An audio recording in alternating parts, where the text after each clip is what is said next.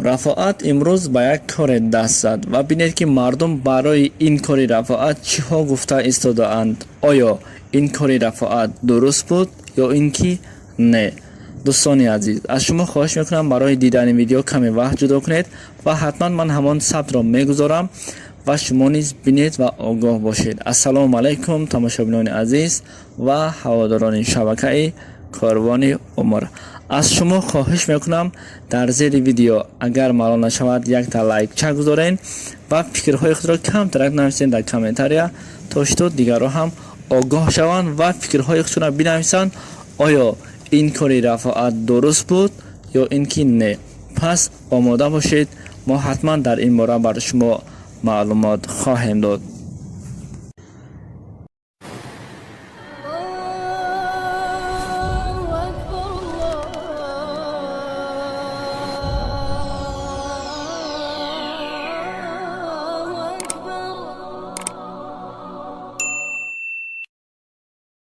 албатта дӯстони азиз, бародарону хоҳарон ва ҳаводорони шабакаи Корвони Умр, ростӣ вақте дар шабакаҳои иҷтимоӣ мебинем, албатта баъзан ҷавонҳо ва духтарҳову писарҳо бисёр корҳое мекунанд ки албатта шояд баҳри худашон хеле кори хуб бошад, аммо бар дигарон ин кори шармандагӣ ҳаст.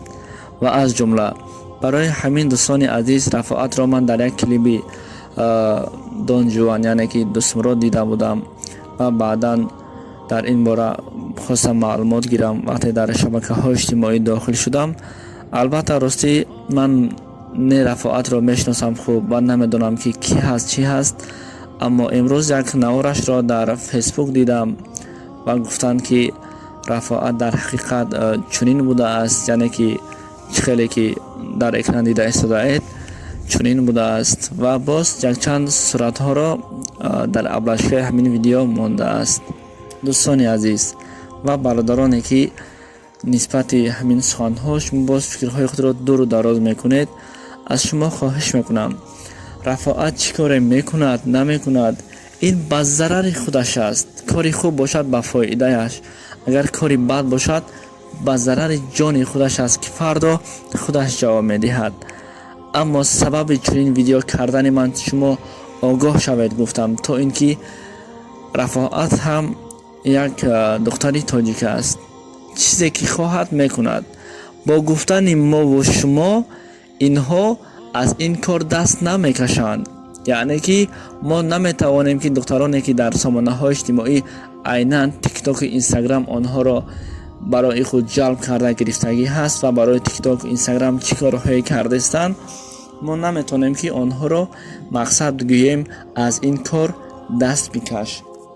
албатта мо дар комментарияҳои онҳо менависем фалонат кардам, бемадонат кардам, бо гапҳои ноҷой бисёр гап мезанем, аммо онҳо вақте ин навистаҳои шуморо мебинад, ба ҷое ки аз ҳамин кор даст кашанд, боз чӣ кор мекунанд? Боз против ҳамин навистаҳои шумо агар мӯи сари худро тобона истода бошад, яъне ки дар сар рӯймол надошта бошад, боз причёскаҳое ки онҳо мекунад барои ҷалби дигарон. барои ҳамин мо агар бар оташ об чошем, оташ хомӯш намешавад то ин ки хок набошад. ва ин духтарҳо ҳамчунин ҳастанд. вақте инҳо худ дар гирифта истодаанд, вақте мо ягон сухани қабеҳ мегӯем, боз инҳо зиёдтар дар мегиранд, боз наворҳои ҷолибу барои ҷавонҳо барои ҷалб кардани дигарон мебароранд.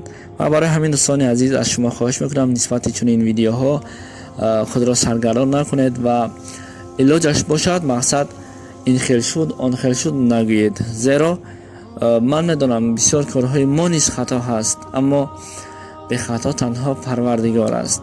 фақат кӯшиш кунем то ин ки бо суханҳои хуб онҳоро гардонем. зеро ҳолатҳое ҳаст ки мақсад баъзан наворҳои манро дашно мақолат мекунанд манро, аммо дар он ҷо навор дигар хел гузоштагӣ ҳаст. вале шумо метавонед ки наворҳоро пурра дар саҳифаи инстаграми мо дарёбед.